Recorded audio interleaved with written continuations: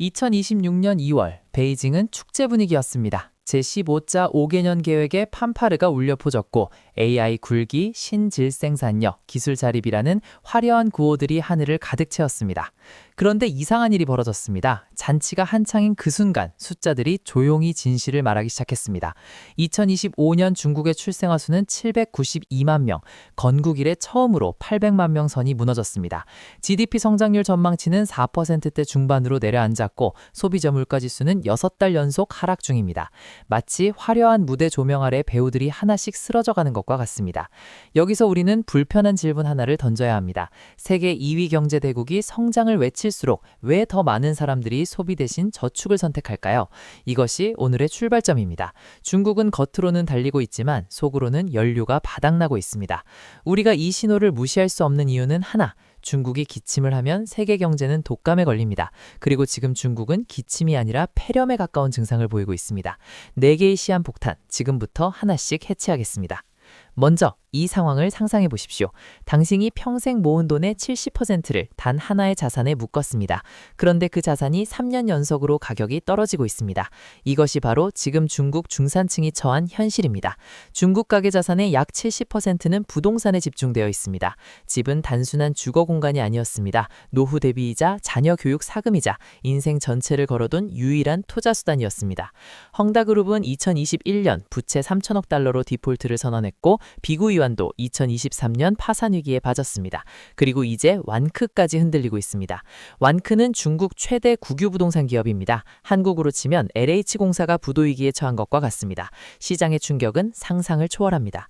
집값이 떨어지면 어떤 일이 벌어질까요? 사람들은 지갑을 닫습니다. 내 집값이 매달 떨어지는데 새 차를 사고 해외여행을 가기가 두렵습니다.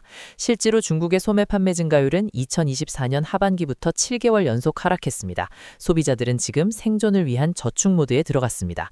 더 무서운 것은 이 악순환의 끝이 보이지 않는 점입니다. 집값이 떨어지면 소비가 줄고, 소비가 줄면 기업 실적이 나빠지고, 기업 실적이 나빠지면 고용이 줄고, 고용이 줄면 다시 집값이 떨어집니다. 그렇다면 정부는 손을 놓고 있었을까요? 아닙니다. 오히려 더 큰 문제가 여기서 시작됩니다. 두 번째 폭탄으로 넘어가겠습니다. 한 가지 수수께끼를 드리겠습니다. 돈이 없는데 계속 개발하고 빚이 쌓이는데 계속 빌리고 수익이 나지 않는데 계속 운영하는 조직이 있습니다. 이것은 무엇일까요? 정답은 LGFV, 즉 지방정부 융자 플랫폼입니다. 중국 지방정부는 직접 채권을 발행할 수 없기 때문에 이 특수 목적 법인을 통해 돈을 빌려야 했습니다. 예를 들어 한 지방도시가 고속도로, 공단, 신도시를 짓고 싶다고 가정해봅니다. 중앙정부 허가 없이는 직접 빚을 낼 수 없으니 LGFV라는 별도 회사를 만들어 채권을 발행합니다. 투자금은 들어오고 공사는 시작됩니다. 그런데 문제는 그 도로와 공단이 수익을 내지 않는다는 것입니다. IMF 추산으로 LGFV 부채 규모는 2023년 기준 약 66조 위안, 한화로 약 1경 2천조 원입니다. 이는 중국 GDP의 약 50%에 달하는 수치입니다. 베이징은 이 폭탄을 막기 위해 6-4-2 대책을 내놓았습니다. 2024년부터 2026년까지 매년 2조 위안씩 총 6조 위안의 부채 한도를 높여주는 방식입니다. 쉽게 말하면 카드론으로 카드론을 막는 구조입니다. 빚을 갚기 위해 더 큰 빚을 내는 것입니다. 이렇게 되면 지방정부는 어떻게 될까요? 부채 상환에 재정을 쏟아부으니 학교, 병원, 복지 예산이 줄어듭니다. 공무원 월급조차 밀리는 지역이 생기고 있습니다. 2024년 해남성, 구이주성 등 내륙지방에서는 실제로 교사와 공무원 급여 지연 사태가 발생했습니다. 지역 경제의 활력이 빠르게 꺼져가고 있는 것입니다. 이 두 번째 폭탄이 완전히 터지기 전 세 번째 폭탄은 이미 도화선에 불이 붙었습니다. 로봇이 아이를 대신할 수 있을까요? 중국 정부는 그렇게 믿고 싶어하는 것 같습니다. 2023년 중국의 합계 출산율은 0.98로 확인됐습니다. 이는 인구를 유지하는 데 필요한 수치인 2.1의 반에도 미치지 못하는 수준입니다.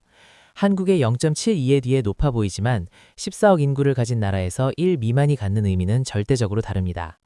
2022년 중국은 60년 만에 처음으로 인구가 감소했습니다. 이후 2023년, 2024년, 2025년 연속으로 인구가 줄었습니다. 노동력은 어떻게 될까요? UN 추산에 따르면 중국의 평생 가능 인구는 2011년 정점을 찍고 이미 감소세로 돌아섰습니다. 중국은 이 문제를 로봇으로 해결하려고 합니다. 2023년 기준 중국은 전 세계 산업용 로봇의 약 44%를 단독으로 설치했습니다. 공장에서 사람이 줄어드는 속도만큼 로봇이 그 자리를 채우고 있습니다. 그러나 여기에 치명적인 함정이 있습니다. 로봇은 물건을 만들 수 있지만 물건을 사지는 못합니다. 경제는 생산과 소비의 순환으로 돌아갑니다. 인구가 줄면 소비 시장도 함께 줄어듭니다.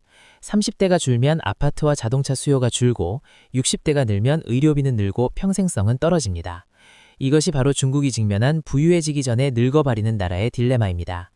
일본은 1인당 GDP 3만 달러를 넘긴 뒤 고령화가 심화됐습니다. 반면 중국의 1인당 GDP는 아직 13,000달러 수준입니다. 이미 저출산 고령화의 함정에 빠진 것입니다. 그리고 네 번째 폭탄은 이 상황을 더욱 복잡하게 만듭니다.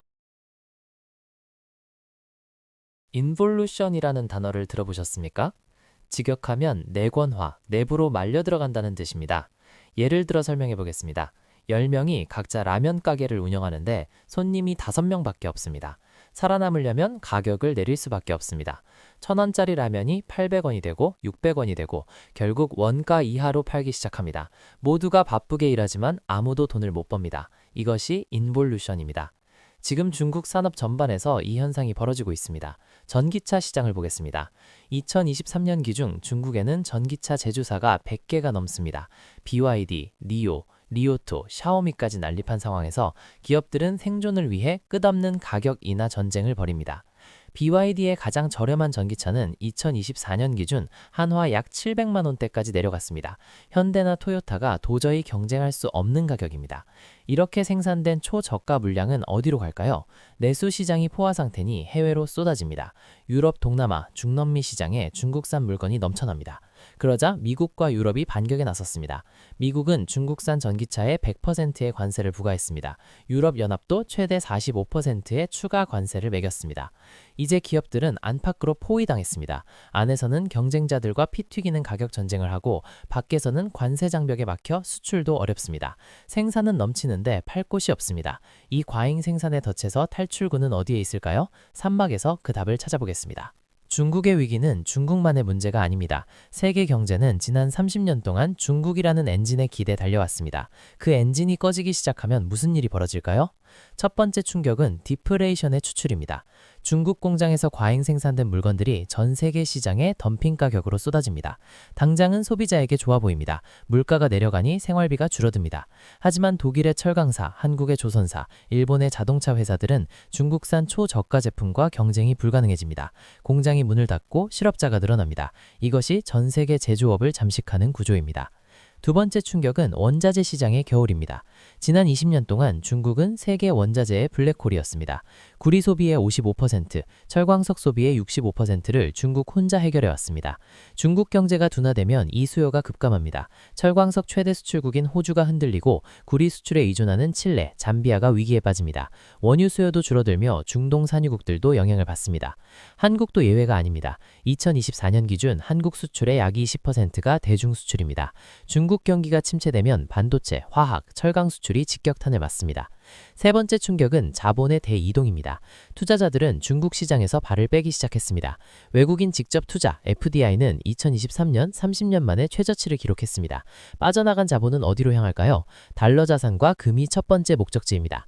불안할수록 안전자산으로 쏠리는 것은 역사적으로 반복된 공식입니다. 그리고 인도와 베트남이 새로운 수혜국이 부상하고 있습니다. 애플은 인도 생산 비중을 2025년 기준 25%까지 늘렸고 삼성은 베트남에서 전체 스마트폰의 50% 이상을 생산합니다. 세 개의 공장이 중국에서 분산되고 있습니다. 이 흐름은 이미 되돌릴 수 없는 방향으로 흘러가고 있습니다. 중국이 일본의 전철을 밟을 것이라는 말이 있습니다. 일본의 잃어버린 30년 혹시 기억하십니까?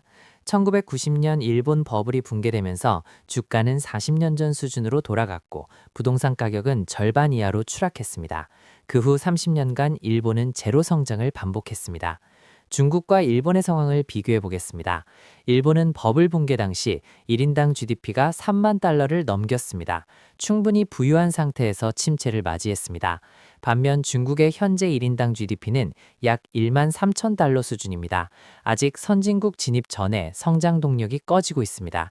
경제학자들이 이를 중진국 함정이라 부릅니다. 또 다른 차이도 있습니다. 일본은 민주주의 국가로 구조개혁이 비교적 가능했습니다. 중국은 공산당 일당 체제 아래 데이터 투명성이 낮고 시장 자율조정 기능이 제한됩니다.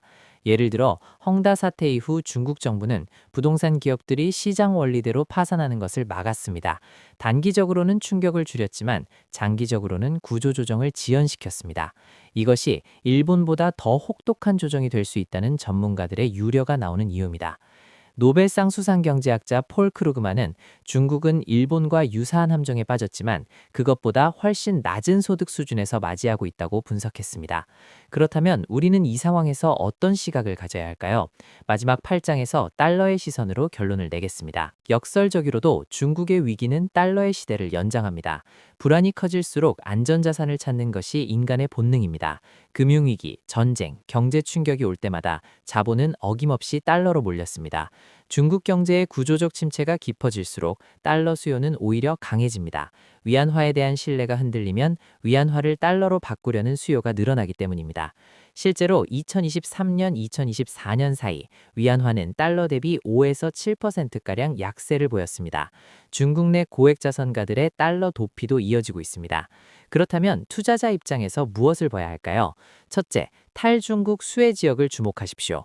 인도, 베트남, 멕시코, 인도네시아는 공급망 재편의 최대 수혜국입니다. 글로벌 기업들이 중국 의존도를 줄이면서 이 국가들로 생산기지와 투자가 옮겨가고 있습니다. 둘째, 원자재 시장의 단기 하락 가능성을 인식하십시오. 중국 수요 감소는 구리, 철광석, 유유에 하방 압력을 줍니다. 원자재 관련 자산 비중을 점검할 시점입니다. 셋째, 한국 수출 기업의 실적 변동성을 체크하십시오. 대중 수출 비중이 높은 반도체, 화학, 기계 섹터는 중국 경기 변화에 가장 민감하게 반응합니다. 거인이 흔들릴 때 그 그늘 아래 숨어있던 기회도 드러납니다. 우리가 중국의 숫자를 끝까지 추적해야 하는 이유는 위기 속에서 새로운 판이 짜지기 때문입니다. 세계 경제의 무게중심이 이동하고 있습니다. 그 흐름을 먼저 읽는 사람이 새로운 기회를 잡습니다. 오늘 달러의 시선에서 살펴본 내용을 정리하겠습니다. 중국을 옥죄는 4가지 시한폭탄, 부동산 붕괴, LFGV 부채, 인구 잘벽, 인도의 역습. 이 4가지는 각각 독립적으로 폭발하는 것이 아니라 서로 연결되어 증폭되고 있습니다.